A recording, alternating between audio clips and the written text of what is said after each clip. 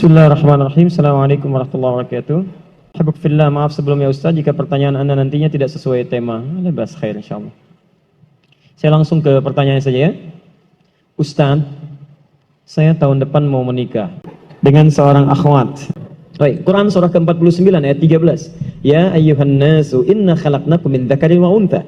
Hai manusia, kami ciptakan kalian pasangannya laki-laki dengan perempuan. Ya, laki-laki disebut dengan ikhwan, perempuan disebut dengan akhwat. Jadi kalau antum ikhwat pasti pasangannya akhwat ya. Allah menciptakan Adam dengan Hawa, bukan Adam dengan Adam ya, ini beda. Baik. Orang tua sudah setuju, alhamdulillah. Qadarullah beberapa hari lalu ia memberi kabar bahwa ia sudah menerima lamaran ikhwan lain. Masyaallah. Baik. Nasib. Padahal ana sudah sabar menunggu dia selama 4 tahun. Masyaallah. Kita sudah capek-capek hampir 2 jam mendapatkan cahaya, antum jadi meredup lagi. Masya Allah. Saya sabar menunggu dia selama 4 tahun tanpa komunikasi. Ini masalahnya. Beri saya nasihat Ustadz agar saya bisa melupakan dia, agar saya bisa fokus kembali menghafal Al-Quran dan hadis. Ini ujiannya. Jadi pertanyaan saya, antum pengen menghafal Quran dan hadis atau pengen menikah? Baik. Quran surah ke-57 Al-Hadid ayat ke-22. Quran surah ke-2 Al-Baqarah ayat 286. Quran surah ke-3 Ali Imran ayat 142, posisi paling kiri sebelah atas. Tayyib. Saya mulai dari Quran surah Al-Hadid surah 57 ayat 22. Ma asaba min musibatin, tidak pernah ditetapkan satu kejadian, awas hati-hati, di bumi fil ardi wala fi anfusikum, atau menimpa dirimu, illa fi kitabin min qabli an nabraha, kecuali semua itu telah tertuliskan di dalam kitab sebelum semuanya nampak dalam kehidupan. Ayat ini ingin memberikan gambaran bahwa semua kejadian-kejadian yang terjadi di muka bumi ini, termasuk dalam terkait aktivitas kita, termasuk dalam pencarian jodoh kita, semuanya telah tertuliskan, diatur oleh Allah Subhanahu wa taala. Singkatnya, semua ada dalam aturan Allah.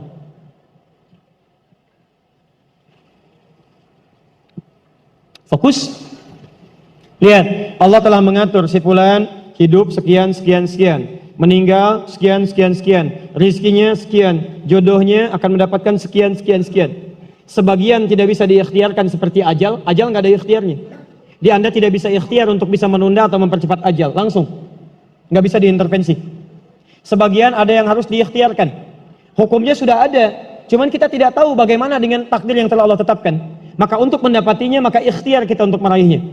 Maka ada sesuatu yang ditempuhnya dengan cara ikhtiar. Tayyib. Di antaranya ini jodoh. Masya Allah. Allah telah tetapkan jodoh kita, diatur oleh Allah. Ini yang terbaik untuk kehidupan kamu.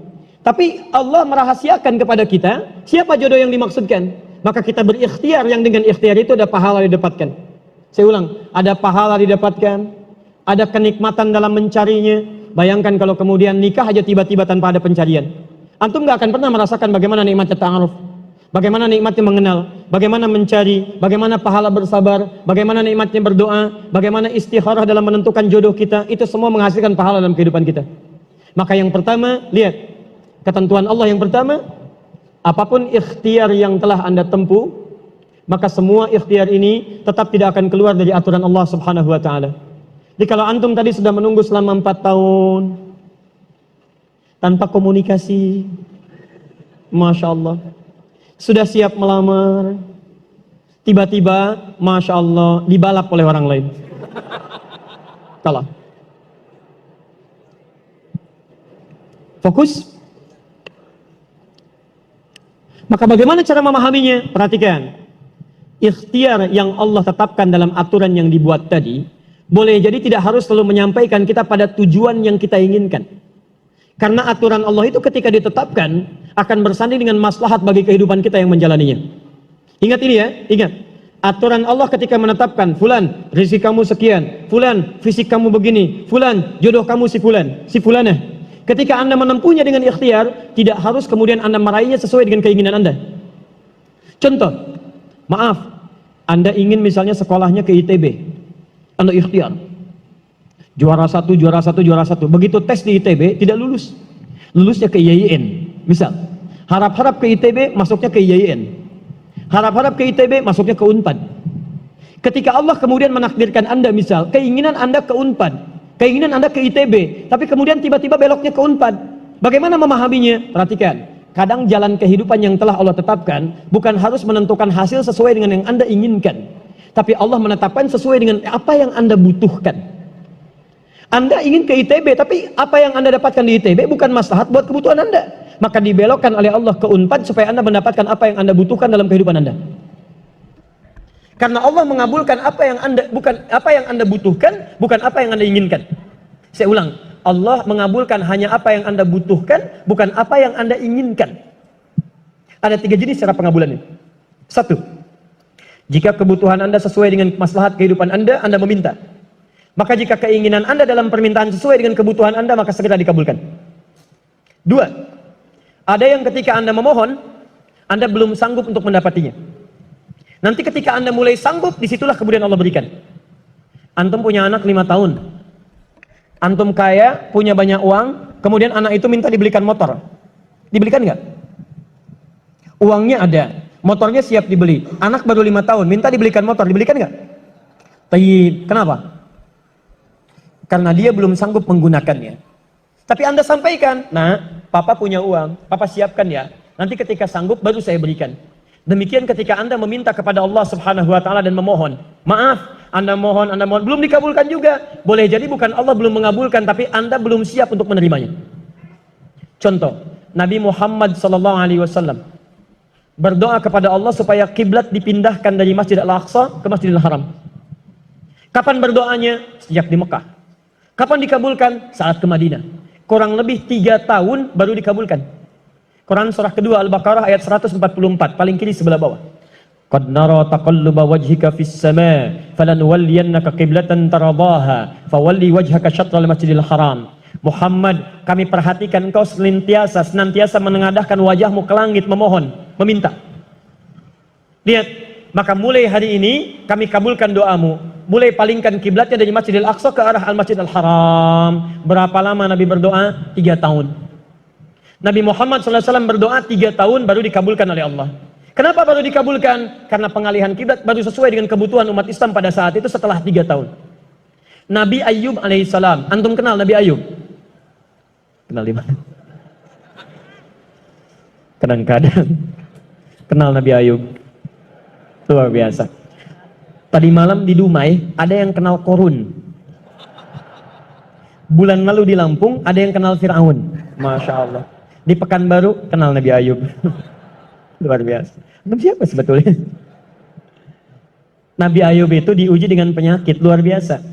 Maaf, tadinya kaya, punya istri yang sangat cantik, anaknya 12. Hari yang bersamaan, hari pertama, maaf, diuji dengan harta semua habis. 1 hari. Hari kedua, anak semua meninggal. Hari ketiga, diuji dengan penyakit. Yang penyakitnya tidak akan pernah dialami orang setelahnya. Tidak juga dialami orang sebelumnya. Berapa diuji? 20 tahun. Beliau diuji 20 tahun. Apakah mengeluh? Tidak. Kata istrinya, kalau bahasa kita, papa kan Nabi. Angkat tangan papa, mohon kepada Allah. Mintakan sembuh aja, sembuh. Apa jawab Ayub? Berapa lama kita sehat dan senang? Kata istrinya, Masya Allah, 20 tahun. Berapa lama kita diuji begini? 7 tahun. Kata Ayub, nanti saja. Kalau usia ujian sakit sama dengan ujian sehat, sama-sama 20 tahun, baru saya memohon kepada Allah Subhanahu wa ta'ala. Anda bisa bayangkan, Nabi Ayub, Nabi, Rasul, dekat dengan Allah, jaminannya surga, surga tingkat tinggi, diberikan ujian 20 tahun, beliau bersabar dan tetap ibadah. Antum, Masya Allah, mahasiswa, baru semester 5, bukan Nabi, bukan Rasul, surga belum jelas, amalan masih berantakan, hisab masih menegangkan, surga belum ada jaminan, baru 4 tahun.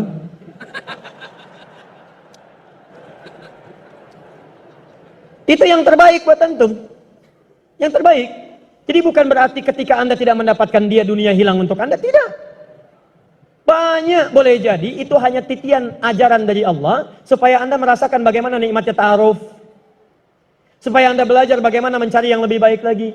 Lihat kalimatnya, Quran surah ke-24 ayat 26. At-tayyibatu lit-tayyibin, wat-tayyibuna lit-tayyibat, al-khabithatu lil-khabithin sebelumnya, wal-khabithuna lil-khabithat. Yang baik akan ketemu yang baik lagi, yang kurang baik bertemu dengan yang kurang baik lagi. Menurut Anda, dia yang terbaik untuk Anda. Menurut Allah, dia bukan yang terbaik untuk Anda. Yang untuk Anda, ada yang lebih baik lagi. Anda mau menghafal Quran, Anda mau menghafal hadis, maka Allah akan kirimkan kepada Anda yang bisa menjaga Quran dan hadis Anda. Kalau dengan 4 tahun belum bisa menjadikan Anda mendapatkan yang terbaik, tunggu. Karena yang terbaik itu lebih daripada yang mulia akan mendapatkan masa yang cukup panjang. Al-Bukhari menulis hadis 16 tahun, kitabnya abadi. Orang menulis kitab 16 hari belum tentu abadi. Jadi ketika Anda diminta menunggu dalam masa yang cukup lama, sebetulnya bukan masanya yang ditunggu, tapi di balik penungguan itu bukankah di situ ada pahala? Tadi Anda katakan Anda rajin berdoa, bukankah di doa itu ada pahalanya? Anda rajin tahajud, Anda bersabar, Anda bermohon, Anda istighfar. Jadi yang diinginkan oleh Allah dalam penantian 4 tahun itu bukan Anda menikah dengan calon Anda sekarang, tapi Anda mendapatkan pahala yang berlimpah. Dan dengan pahala itu Anda siapkan Quran Anda, hadis Anda untuk membimbing pasangan Anda berikutnya. Paham sampai sini? Baik, alhamdulillah. Jadi nggak usah kecewa ya, nggak usah kecewa. Baik, yang kedua, lihat kaidahnya supaya kita bisa sabar, ya, supaya bisa sabar. 2, Quran surah kedua ayat 286. La yukallifullahu nafsan illa wus'aha. Tidak mungkin Allah menguji seorang hamba kecuali dia sanggup untuk mengatasinya. Tidak mungkin Allah menguji seorang hamba kecuali dia sanggup untuk mengatasinya. Kita tolong baca kalimatnya dengan baik ya. Kalau Anda sedang punya masalah, seberat apapun itu, yakinkan kata Al-Quran, tidak mungkin masalah ini diujikan kepada Anda kecuali Anda sanggup. Jadi kalau Anda tidak sanggup, mustahil ujian ini dititipkan pada Anda. Jadi kalau Anda sekarang misal sedang punya ujian seberat apapun, itu tandanya cuman Anda yang sanggup, yang lain tidak sanggup. Makanya tidak diujikan kepada pemuda lain, cuman Anda, karena Anda yang sanggup menanggung bebannya. Orang lain mungkin sudah naik ke atas atap tuh, loncat, tidak. Anda tidak. Karena cuman Anda yang mampu, bukan orang lain. Ketika Anda mengatakan, ya Allah, kenapa mesti saya yang diuji? Kenapa mesti saya mengalami? Why me? Kata Allah, why not? Kenapa tidak? Cuman kamu yang mampu, kamu yang harus dapatkan pahalanya, yang lain tidak. Cuman Anda yang jadi pemuda yang kuat, yang lain belum tentu. Tapi nggak usah terlampau bamba, langsung pulang dari sini bikin status. Memang cuman saya yang mampu, masya Allah. Kerjaan. Ya. Yang ketiga, tetap ikhtiar. Quran surah 49 ayat ke-13. Jadi jangan sampai, maaf, ya, peluang Anda tidak mendapatkan yang tadi Anda telah harapkan, menjadikan Anda putus dalam berikhtiar. Cari, masih banyak perempuan semuka bumi. Masa tidak ada yang cocok untuk Anda? Lihat, ya ayyuhan nasu inna khalaqnakum min dzakarin wa untha wa ja'alnakum syu'uban wa qabail lita'arafu. Hei manusia, kami ciptakan kau laki-laki, ada perempuan jodohmu. Dan kami pisahkan berbeda-beda daerah. Ya, lihat syu'ub, beda daerah, RT, RW, lurah, kecamatan, kabupaten sampai sedunia. Kalau nggak ketemu di satu RT, cari satu RW ya. Yang nanya tadi. Kalau tidak ada satu RW, cari satu kampung. Masa nggak ada yang ketemu? Boleh menikah dengan perempuan sekampung? Tidak. Masa sekampung mau dinikahi? Tidak. Batas paling maksimal 4. Sekampung tidak, pilih satu dari sekampung. Sekampung mau dinikahi, masya Allah. Silakan cari ya. Anda tadi masih kuliah kan? Silakan cari. Barangkali ketemu di kampus ya. Boleh menikah dengan seorang anak yang sedang kuliah? Tidak, sedang kuliah masa dinikahi. Pulang dulu dari situ ya. Pulang dari kampus, baik-baik di rumah baru nikah. Ini di kampus mau dinikahi. Ya. Cari silakan. Nggak ketemu misalnya, mohon maaf ya, satu kecamatan, kabupaten. Nggak ketemu, beda provinsi. Anda orang Riau, mungkin jodoh Anda ada di Jawa. Cari, ta'aruf. Nggak ada di Jawa, ada di Sumatera. Nggak ada Sumatera, ada di Papua. Luas. Indonesia terbentang 5.200.000 km persegi luasnya. Kata Ahmad Mansur Surya Negara, pakar sejarah, dalam bukunya Api Sejarah, halaman ke-19, paragraf yang kedua, baris 1 sampai 3, paling kanan sebelah atas. Luas Indonesia itu daratnya 2 juta kilometer persegi, lautnya 3.200.000 kilometer persegi. Daratan dan lautan, masya Allah, 5.200.000 kilometer persegi. Masa nggak ketemu? Pulaunya 13.677 pulau. Itu belum termasuk Pulau Gadung dan Pulau Gebang.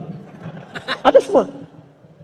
Nggak ada di Asia Tenggara, nggak ada Asia Tenggara di Asia, nggak ada Asia Amerika, nggak ada Amerika di Eropa, nggak ada Eropa di Afrika. Masa nggak ada yang cocok?